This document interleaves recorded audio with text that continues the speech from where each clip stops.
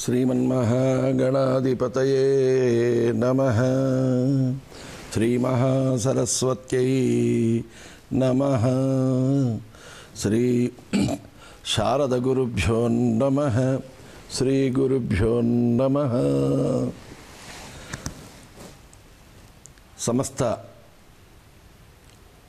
ఐందవ భగవత్ భక్తులందరికీ వ్యాస పూర్ణిమ, గురు పూర్ణిమ శుభాకాంక్షలు. ఈ గురువు అనే పదాన్ని అనేక విధాలుగా మనం వాడుకుంటూ ఉంటాం. గురువు అంటే పాఠశాలలో విద్యాభ్యాసానికి సంబంధించినటువంటి గురువులు, అదేవిధంగా జ్ఞానబోధ చేసే గురువులు, జ్ఞాన మార్గాన్ని చూపించే గురువులు,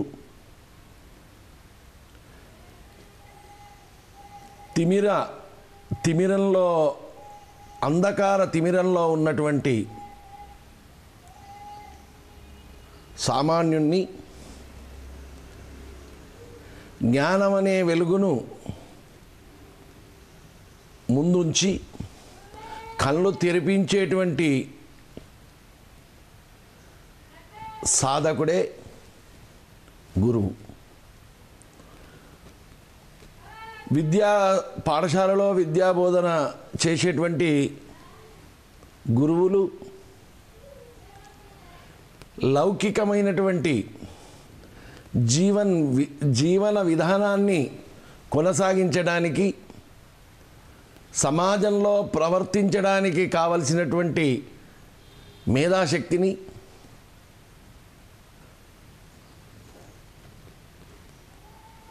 మనకు ప్రసాదించేటువంటి గురువులు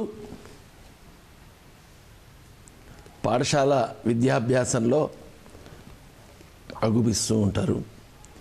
ఆధునిక కాలం గురించి చెప్తున్నాను.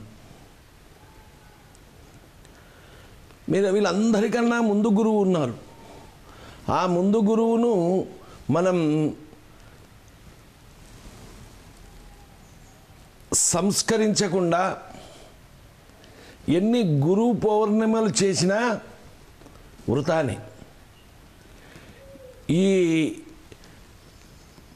మానవ జన్మ రావడానికి ముఖ్యమైనటువంటి కారణాలు, దానికి మూలం ఎవరైతే ఉన్నారో వారే మనకు మొదటి గురువులు. వారెవరయ్యా? మాతా, తల్లి ప్రథమ గురువు, ప్రథమ అధ్యాపిక. తల్లిని మించిన దైవం, గాయత్రిని మించినటువంటి మంత్రం లేదని మనకు శాస్త్రం చెబుతూ ఉన్నది. మరి ఈ తల్లి ప్రథమ గురువు ఎలా అవుతుంది అంటే, తండ్రి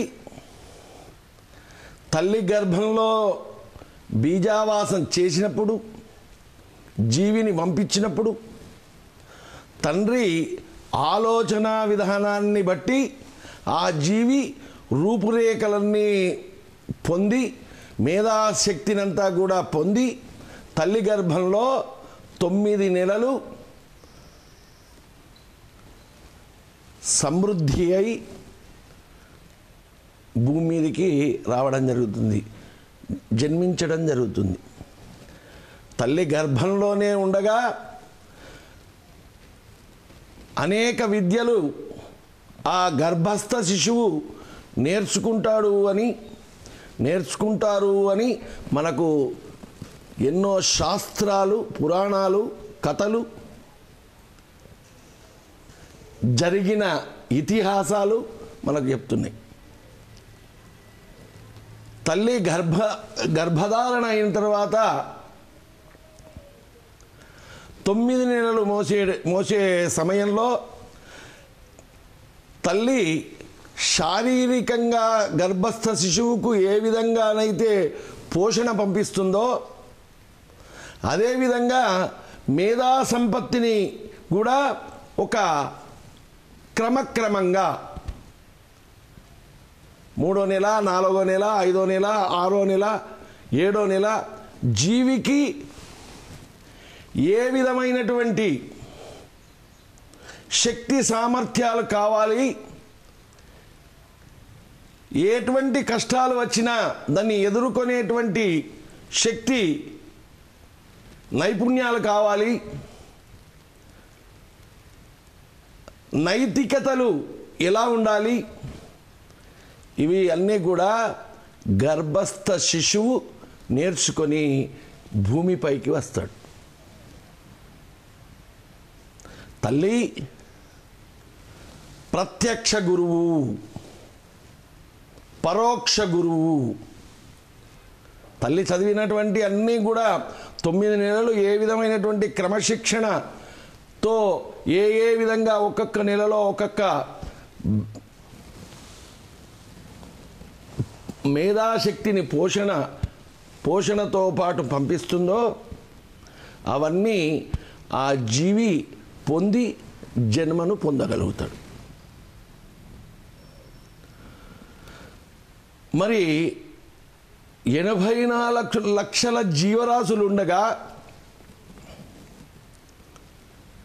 84 లక్షల జీవరాశులు ఉండగా ఈ మానవుడికే గురువు ఎందుకు? మానవుడే గురువును ఆశ్రయించే అవసరం ఏమున్నది? మానవుడే ఈ గురువును ఆశ్రయించి జ్ఞానాన్ని పొందాలి అనేటువంటి శాస్త్రం ఎందుకు చెప్తున్నది? 84 లక్షల జీవరాశులలో ఉత్తమోత్తమమైనటువంటి జన్మ ఏదయ్యా అంటే మానవ జన్మ. ఈ మానవ జన్మను సార్థకత చేసుకోవాలి. 84 లక్షల జీవరాశుల క్రమేణా మనం పొందినటువంటి ఈ ఉత్తమమైనటువంటి మానవ జన్మను సార్థకం చేసుకోవాలి అంటే గురువు ఆశ్రయం కావాలి. గురువును ఆశ్రయించాలి అంటే మంచి గడ్డం ఉండాలి, గురువుకు మంచి కాషాయం వస్త్రం వెయ్యాలి. ఓ గురువు ఎక్కడనో అడవుల్లో ఆశ్రమంలో ఉండాలి. ఇవన్నీ కాదు. అవన్నీ గురువుకు ఉండేటువంటి బాహ్యమైనటువంటి స్వరూపాలు.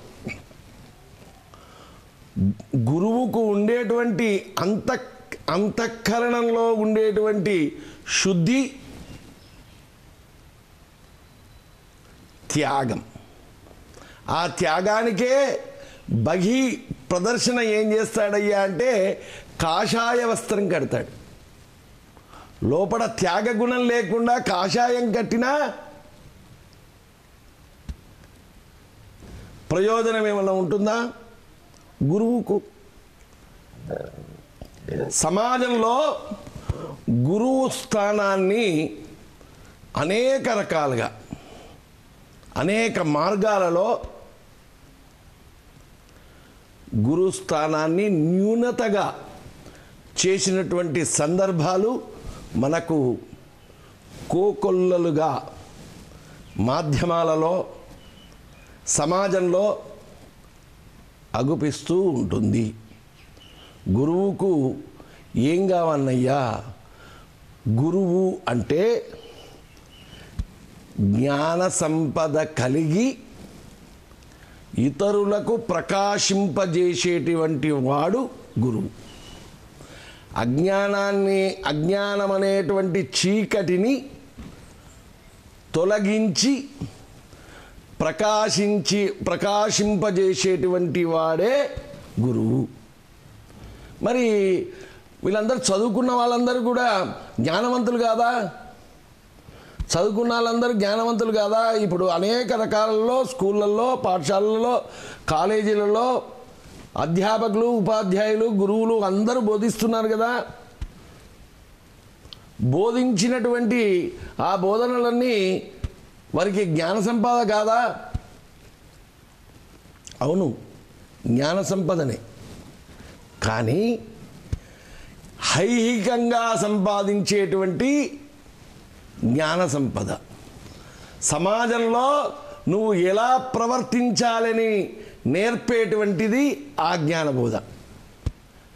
ఇది పుట్టుక నుంచి ఈ గురువు చెప్పేది, పుట్టుక నుంచి చచ్చేదనక నువ్వు ఎందుకు పుట్టావు, ఏం సాధించాలి, నీ మార్గం ఏంది అని వెలుతురును చూపిస్తూ జ్ఞాన మార్గాన్ని చూపించేటువంటి గురువు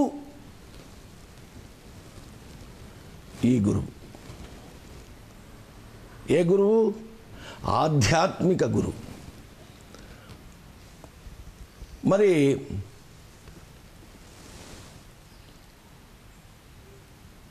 గురువు పౌర్ణిమను మనం ఇవాళ ఈరోజు జరుపుకుంటున్నాం. చాలామంది గురువుకు శుభాకాంక్షలు చెప్తారు, పూలు తీసుకొస్తారు, పండ్లు తీసుకొస్తారు, పూలమాల వేస్తారు, ఓ వస్త్రం శాల్వా కప్తారు, నమస్కారం చేస్తారు. అయిపోతుందా? గురు పుణ్యం అయిపోతుందా? గురు పుణ్యం అయిపోదు. గురువు పుణ్యమ రోజు గురువుకు నమస్కారం చేశారు అంటే గురువు దగ్గర ఉండే ఒక జ్ఞానాన్ని మీరు తీసుకెళ్ళాలి. గురువు దగ్గర జ్ఞానాన్ని తీసుకువెళ్ళాలి అంటే ఆ గురువు కూడా త్యాగమూర్తి అయి ఉండాలి. త్యాగమూర్తి లేకుండా కాషాయం వేస్తే ఎలా ఉంటుందని నేను చెప్పాను కదా. ఆ గురువు కూడా ఒక త్యాగమూర్తిగా ఉండాలి. తన శిష్యునికి జ్ఞాన బోధన చేసి తనంతట వాణ్ణి, తనంతటి గురువును తయారు చేయాలి, సిద్ధం చేయాలి అనేటువంటి తాపత్రయం ఉండాలి.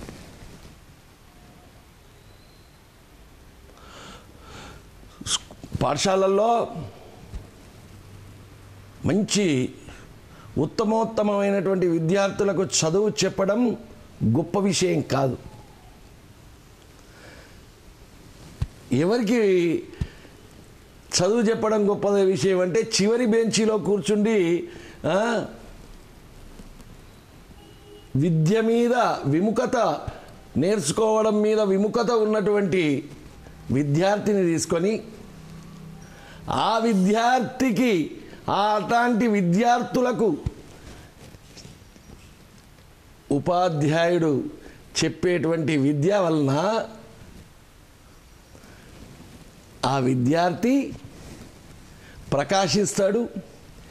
ఈ గురువు కూడా సమాజంలో ప్రకాశిస్తాడు. ఇది సాధారణమైనటువంటి పాఠశాలల్లో జరిగేటువంటి విషయం. ఈ పాఠశాలలో, ఈ ఆధ్యాత్మిక పాఠశాలలో మానవ జన్మ ఎందుకు వచ్చింది? అరిషడ్ వర్గాలను దూరం చేయాలి. అరిషడ్ వర్గాలను దూరం చేయాలి అంటే ఏం చేయాలి? ఇవన్నీ జ్ఞాన మార్గంలో వచ్చేటువంటి ఒక్కొక్క సోపానాలు. జ్ఞాన మార్గంలో అనేక సోపానాలు ఉంటాయి. ఆ గురువు మనకు ఓపిక నశించినప్పుడల్లా, ఎందుకంటే లౌకిక శక్తికి అనేకమైనటువంటి ఆకర్షణలు ఉంటాయి, ఆధ్యాత్మిక శక్తికి ఆకర్షణ తక్కువ ఉంటుంది. ఆకర్షణ ఎలా తక్కువ ఉంటుందయ్యా అంటే సామాజికమైనటువంటి ఆకర్షణలకు మానవుడు గురి అవుతాడు. ఎందుకు అంటే ఈ అరిషడ్ వర్గాలు ఉన్నాయి కనుక, కామక్రోధ లోభ మోహ మద మాత్సర్యాది అరిషడ్ వర్గాలు ఉన్నాయి కనుక. ఈ గురువు ఏం చెప్తాడు? ధర్మ అర్థ కామం తర్వాత మోక్షమే నీకు నేను నేర్పేది అని చెప్తాడు. మోక్షం నాకు ఇప్పుడే అవసరం లేదు, నాకు 20 ఏళ్ళే ఉన్నాయి, 30 ఏళ్ళే ఉన్నాయి, నాకు మోక్షం ఏంది గురుగారు? ఈ మోక్షమే నీ జన్మను సార్థకత చేస్తుంది అని పదే పదే పదే పదే శిష్యుని వెంట పడి మోక్ష మార్గాన్ని చూపించేవాడే గురువైతాడు. మరి ఈ వ్యాస పూర్ణిమ రోజు, పూర్ణిమ అంటే నిండుగా,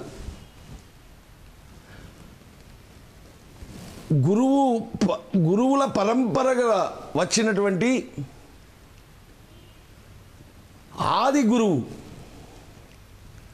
వ్యాసాయ విష్ణురూపాయ వ్యాసరూపాయ విష్ణవే, సాక్షాత్తు విష్ణుస్వరూపిణిగా మనకు జ్ఞానాన్ని అందించడానికి వ్యాసుడే విష్ణువు, విష్ణువే వ్యాసుడు అని మనకు చెప్పేటువంటి వ్యాసుడికి ఈ స్థానం ఎలా ఇచ్చా? వ్యాసునికి ఈ స్థానం, వ్యాసుడు పెద్ద గురువు అన్నాం, మరి వ్యాసుడే విష్ణువు అన్నప్పుడు విష్ణువే గొప్పవాడు కదా. మనకు కావాల్సింది ఏందయ్యా? విష్ణువు వ్యాసుని రూపంలో మనకు జ్ఞాన సంపదను అందించాడు కనుక వ్యాసుడు జన్మించినటువంటి ఈ నిండు పౌర్ణమి కనుక, నిండు పౌర్ణమి ఏదైతే ఉన్నదో వెలుతురుకు సంకేతం. ఈ వెలుతురుకు సంకేతమైనటువంటి జ్ఞానం ఏదైతే ఉన్నదో ఆధ్యాత్మిక జ్ఞానం, మోక్ష మార్గ అన్వేషణ జ్ఞానం. జ్ఞానం అంటే ఏంది? మళ్ళీ నాకు తెలివితేటలు లేవా, నేను మూర్ఖుణ్యా, తెలివితేటలు లేకుంటే మూర్ఖుడు అంటారు కదా, నాకు తెలివితేటలు లేవా? జ్ఞానం అంటే సత్యం జ్ఞానం అనంతం బ్రహ్మ, సత్యమే అనంతమైనటువంటి జ్ఞానమే పరబ్రహ్మస్వరూపం.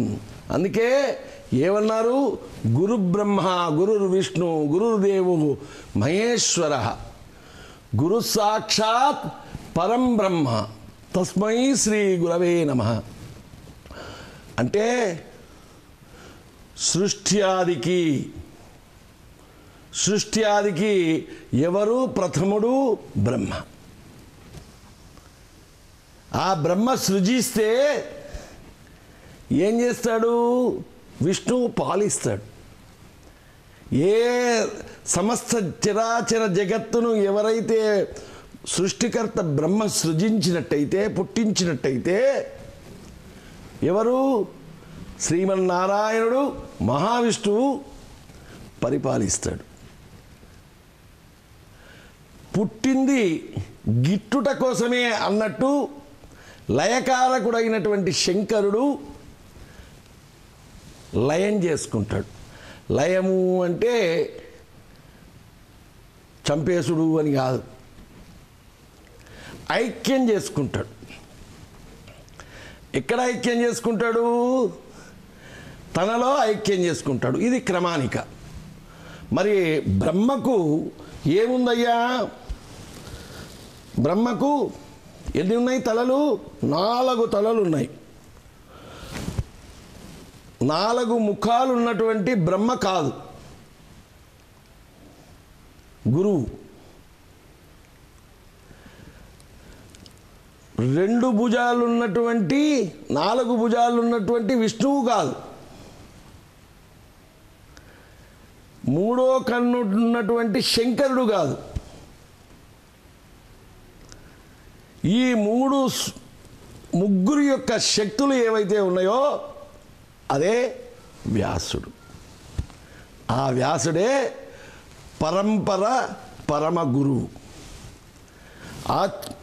అచతుర్వదనో బ్రహ్మ ద్విబాహుర్ అపరోరహి హరిహి అపాలలోచన శంభు భగవాన్ బాదరాయణః.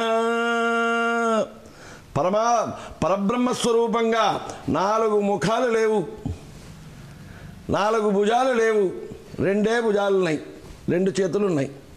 మరి లలాటంలో 3వ కన్ను లేదు. మరి ఎవరయ్యా? ఈ ముగ్గురు కలిపిన రూపం ఏదయ్యా? పరబ్రహ్మ రూపమైనటువంటి వ్యాసుడు. వ్యాసునికి ఈ స్థానం ఎందుకు ఇచ్చారు? ఈ ముగ్గురు కలిపి ఏవైతే శాస్త్రాలన్నీ కూడా అష్టాదశ పురాణాలు కావచ్చు, మహాభారతం కావచ్చు, సమస్త మానవాళికి మోక్ష మార్గాన్ని చెప్పేటువంటి సమస్త జ్ఞాన సంపద వ్యాసుడు ఏం చేశాడు? కలియుగంలో ఉండే మానవులకు కూడా అందేటట్టు వ్యాప్తి చేశాడు, వ్యాపింపజేశాడు. వ్యాప్నోతీతి విష్ణు, వ్యాపింపజేసేవాడు ఎవరయ్యా? విష్ణువు. బ్రహ్మ సృష్టిస్తే లయం కావాలి అంటే ఏం కావాలయ్యా? భగవంతుల్లో లయం అయిపోవాలి అంటే ఏం కావాలి? భగవత్ మార్గం కావాలి. భగవత్ మార్గం కావాలి అంటే పాలించే విష్ణుమూర్తి అడ్మినిస్ట్రేటర్ ఎవరైతే ఉన్నారో, నిర్వాహకుడు ఎవరైతే ఉన్నారో, సమస్త మానవాళికి లోక కళ్యాణం శుభాలు చేసేటువంటి పరమాత్ముడు ఎవరైతే ఉన్నారో ఆయన శ్రీమన్నారాయణుడు.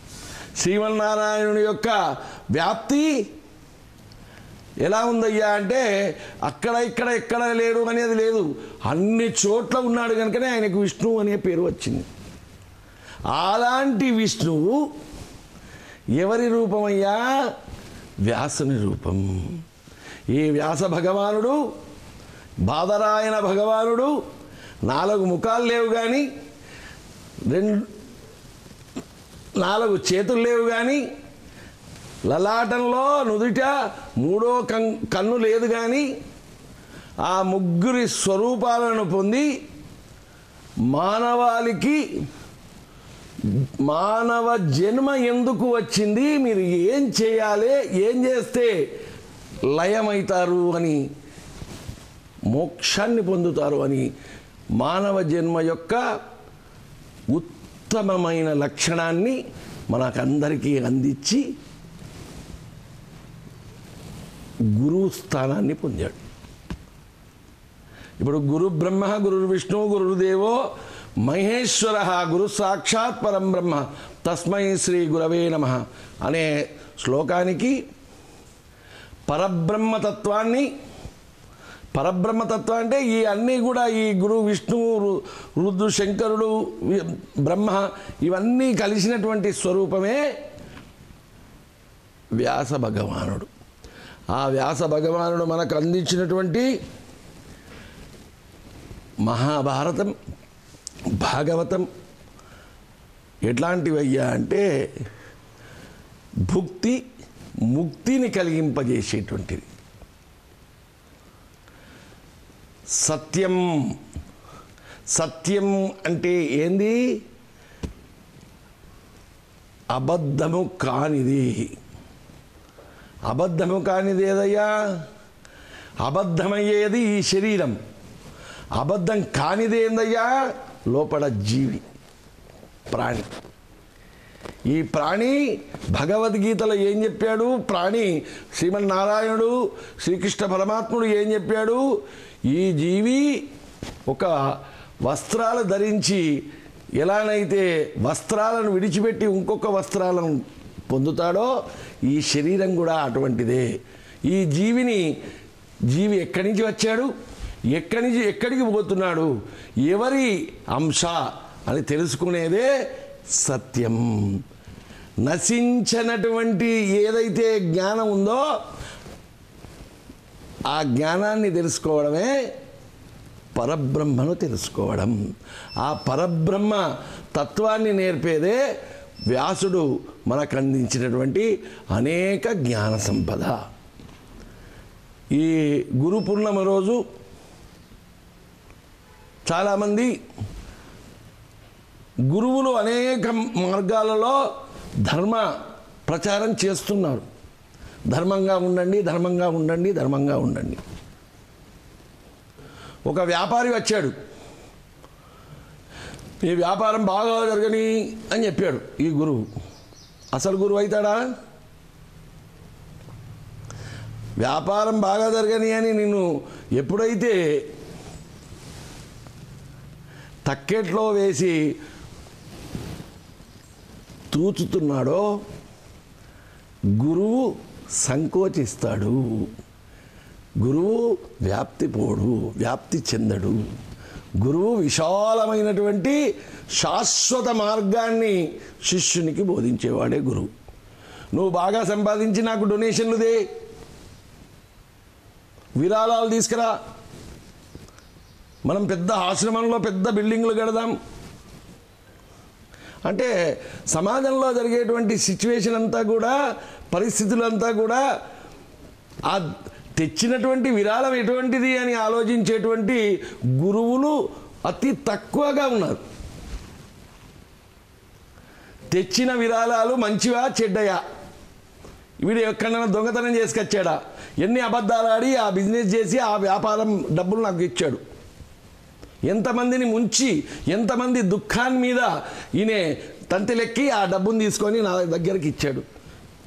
ఎంతమంది గురువులు ఆలోచిస్తున్నారు సమాజంలో? విత్తం రావడం, డబ్బు రావడం గొప్ప విషయం కాదు.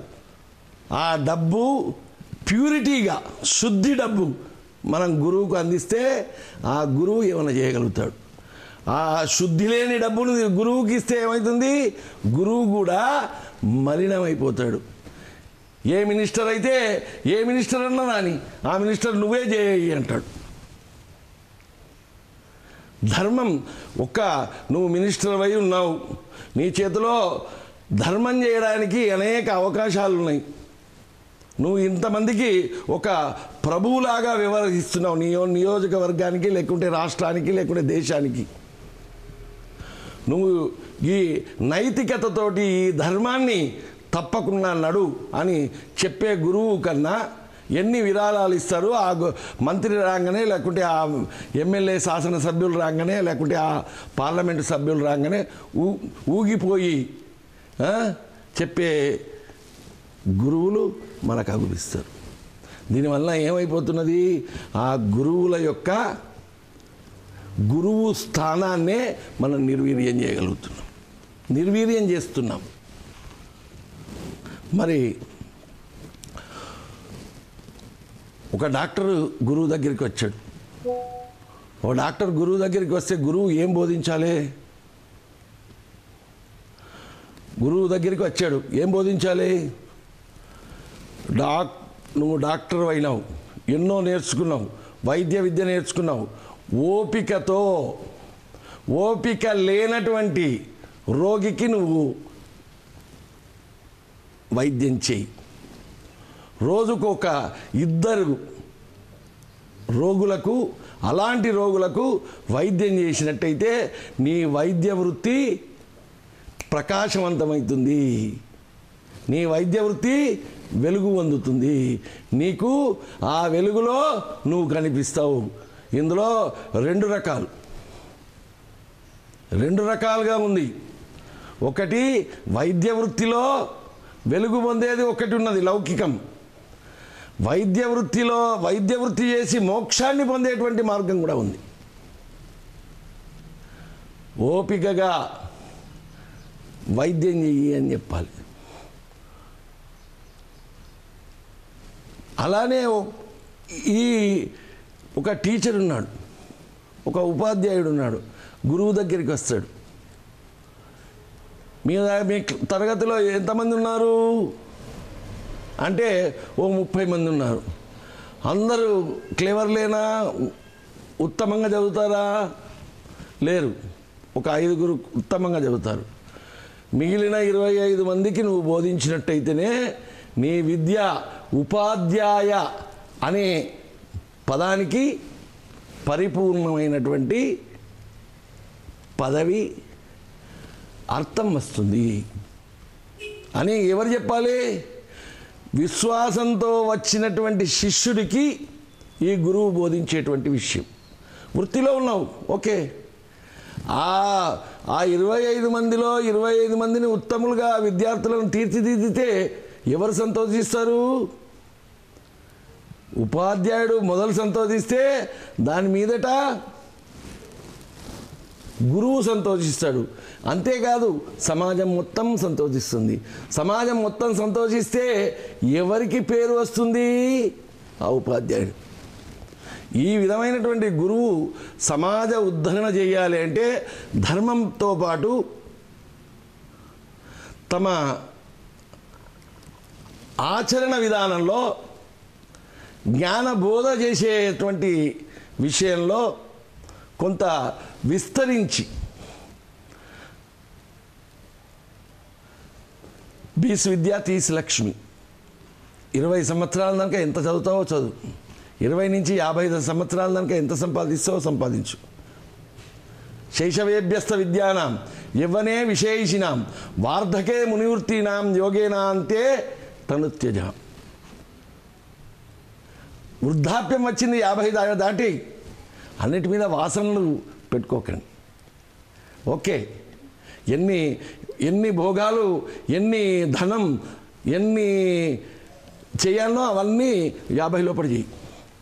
50 తర్వాత కూడా నాకే కావాలి అని ఎప్పుడైతే నువ్వు ఆశిస్తున్నావో నువ్వు మోక్ష మార్గంలో ఎంతమంది గురువులను ఆశ్రయించినా ఆ ఆశ ఉంటే నువ్వు మోక్ష మార్గానికి పోలేవు. అంటే మోక్ష మార్గానికి పోలేవు అంటే నువ్వు గురువును ఆశ్రయించి ప్రయోజనం లేదు అని అర్థం. నువ్వు గురువును ఆశ్రయించి ప్రయోజనం లేదు అంటే మొదటికి మోసం. అంటే నీ మానవ జన్మ వచ్చి నిష్ప్రయోజనం. మానవ జన్మ వచ్చింది పోయింది. మానవ జన్మ వచ్చిపోయింది అంటే ఏం ప్రయోజనం? పునరపి జననం పునరపి మరణం. ఒక ఉత్తమమైన మానవ జన్మను మనం సార్థకం చేసుకోవాలి అంటే తల్లిదండ్రులను హింసించి నేను గురు పాదుక పూజలు చేస్తా అంటే అలా కూడా ఉన్నారు సమాజంలో. గురువులను ఇంట్లో తల్లిదండ్రులను ఏమో మంచిగా చూడరు, వాళ్ళే ప్రథమ గురువులు. 3వ స్థానమే ఈ గురువు, జ్ఞానబోధ చేసే గురువు.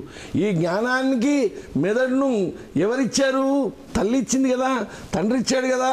అక్కడ నువ్వు గురువు పూజ లేకుండా, అక్కడ ఆ తల్లిదండ్రులకు ప్రథమ పూజ ద్వితీయ పూజ చేయకుండా 3వ స్థానంలో ఉన్న ఈ మోక్ష మార్గాన్ని, ఆధ్యాత్మికతని సంపాదించేటువంటి ఆ గురువును ఆశ్రయించడం వల్ల ఏమైనా ప్రయోజనం ఉందా? ప్రయోజనం లేదు. గురు పుణ్యం చేస్తున్నాం అందరూ. ఈ గురు పుణ్యం కూడా స్టేటస్కే చేస్తున్నాం. నేను గురువును ఆశ్రయించా, గురువుకు ఒక శాల్వా కప్పా, గురువుకు పూలదండ తెచ్చా, గంపెడు పండ్లు తీసుకుపోయినా. ఇంట్లో తల్లిదండ్రులను చూడకుండా నువ్వు 3వ స్థానంలో ఉన్న తల్లిదండ్రులే గురువు అని ఆ గురువే చెప్తున్నాడు. వాళ్ళను దాటవేసి వాళ్ళను ఇక్కడ ఇబ్బంది పెట్టి నువ్వు గురువును ఆశ్రయించి ప్రయోజనం ఏంది? ఈ సత్యాన్ని మనం తెలుసుకున్నాడే ఏంది? జ్ఞానాన్ని పొందినట్టు. ఈ సత్యం తెలియకుండా మనం ఎన్ని చేసినా నిష్ప్రయోజనమే. మానవ జన్మ అనేక జన్మల తర్వాత ఉత్తమ జన్మగా వచ్చింది. దీన్ని ఉద్ధరించాలి అంటే ఏం కావాలి? తల్లిదండ్రులను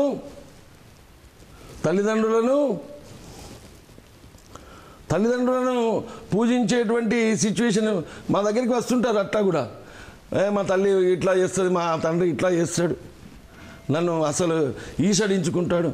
అవును, ఈసడించుకుంటాడు.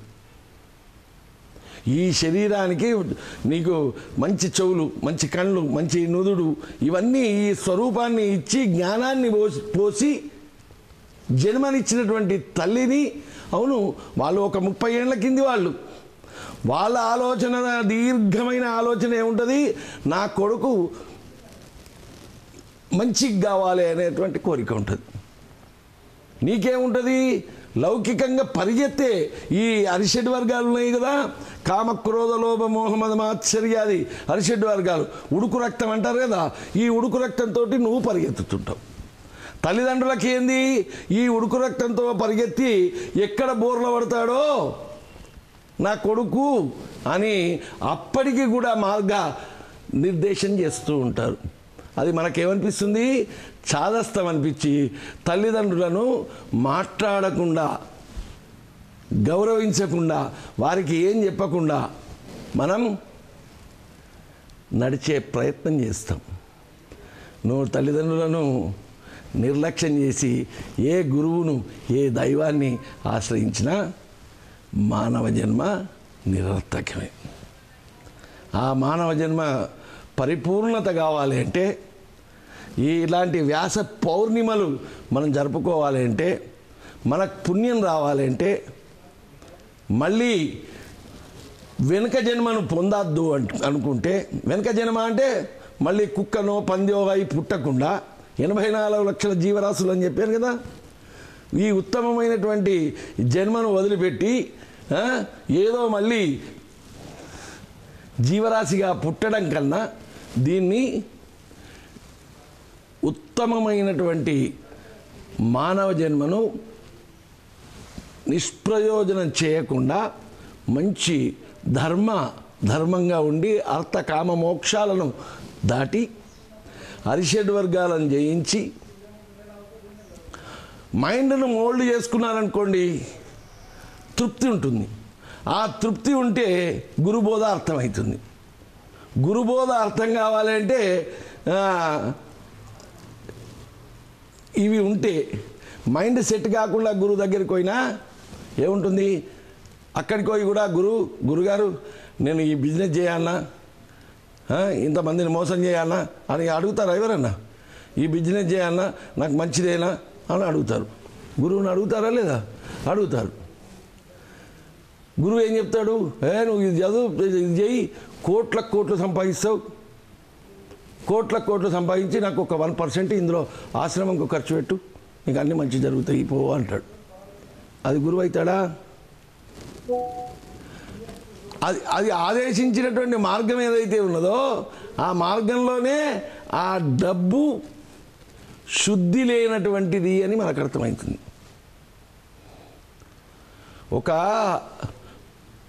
ఈ బల్బు ఉంది, విద్యుత్ బల్బు 50 వోల్టేజ్. మనకు ఎంత ఇచ్చాడు? 50 వోల్టేజ్ అని కిరాణంలో కొట్టులో కొనుకొచ్చినప్పుడు 50 వోల్టేజ్ అని ఇచ్చాడు. దానికి 100 వోల్టేజ్ పంపిస్తే ఏమవుతుంది మీరు చెప్పండి? విద్యుత్ బల్బు పేలిపోదా?